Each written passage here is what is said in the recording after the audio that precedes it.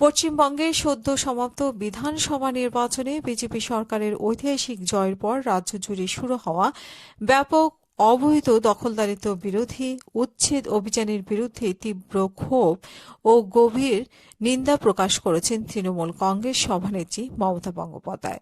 সামাজিক যোগাযোগ মাধ্যম এক্সে দেওয়া এক বিশেষ বিবৃতিতে সাবেক এই মুখ্যমন্ত্রী বিজেপি সরকারের বোল্ডোজার রাজনীতির বিরুদ্ধে সুর চড়ান।